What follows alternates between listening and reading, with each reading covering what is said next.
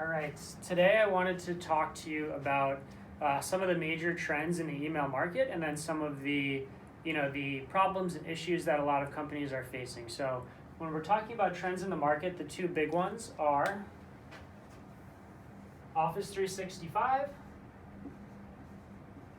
and email-borne attacks. So everyone is kind of migrating to the cloud if they haven't already. And then obviously email-borne attacks are on the rise. You hear about them in the news, you read about them. We've all heard about email-borne attacks. And basically these two trends are colliding.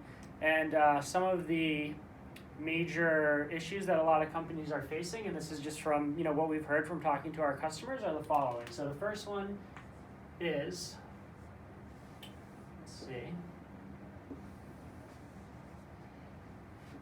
the first one is an arms race. So email-borne attacks are becoming more and more sophisticated, and of course they're evolving every year. So 20 years ago, it started with just mass emails, and then it became mass emails with a attachment, and then mass emails with URLs. And now we've seen lately a lot of emails with impersonation attempts, and we've seen a lot more of those specific targeted attacks. So companies are kind of finding it challenging to keep up with all the new threats and attacks and kind of the evolving landscape, and it really is an arms race. So then kind of tying into that, the other problem that a lot of companies are facing is a skills shortage.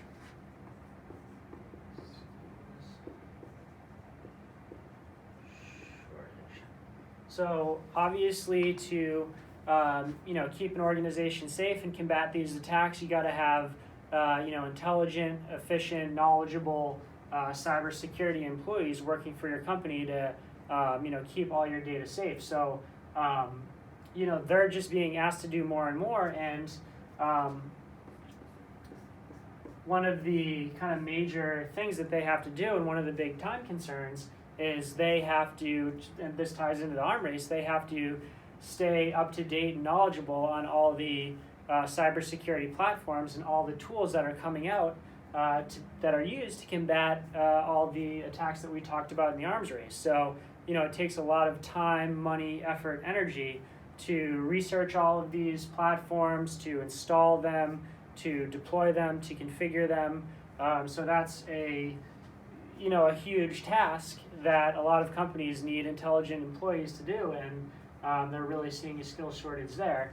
And then the other part of that, I guess, is the threat intelligence dashboard. So, or threat intelligence. So companies have to kind of analyze all the threat information. They have to figure out what it means, and they just have a lot of information that they have to analyze and absorb and kind of figure out what that means, and that's very time consuming and can be very difficult. So that's what we mean when we talk about a skill shortage. And then third, business disruption.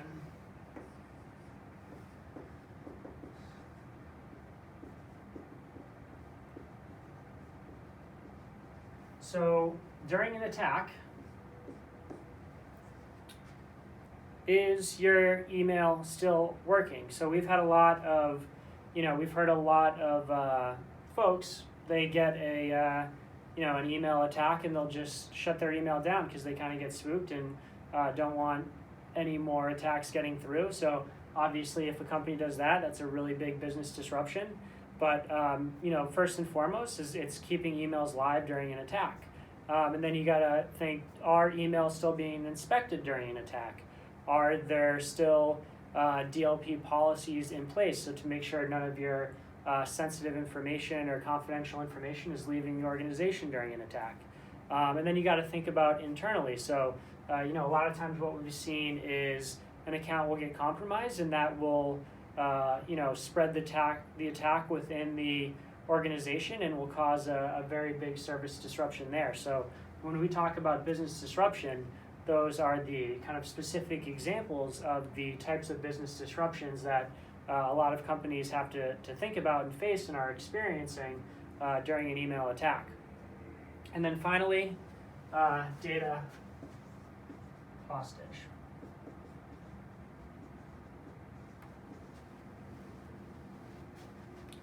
So do you have a independent compository for all your data? If you're just using Office 365, the answer is no. So a lot of times when we talk about data being held hostage, we're talking about a ransomware attack, which can obviously be crippling to an organization. So a lot of companies have created a Bitcoin account because that's the only kind of solution they have. And when we're talking about data being held hostage, we're also talking about GDPR. So with the new GDPR rules, a lot of times you have to release a consumer's data, and you're not allowed to hold on to that for a certain period of time. So you got to have the technology and the ability to not hold data forever, and you have to prove that you're no longer holding that data to be compliant. So those are kind of the big four issues that a lot of companies are facing, and a lot of them are not scoring very, very well. So we kind of see scores around here. They could be higher, but basically what that tells us is companies are not spending enough money on email security solutions, and it's really costing them. So where Mimecast comes in is, our vision is to increase their score, I guess, in all these four categories, and really help them out by putting time back in their day to not have to worry about this stuff as much, be more efficient with it, and help companies financially as well. So we would like to see some better scores. So that's kind of our vision, and we certainly think we can help companies in all four of these areas, and we do this to our customers on a regular basis and help them with these issues that companies are facing. And that's pretty much everything that I wanted to talk to you about today.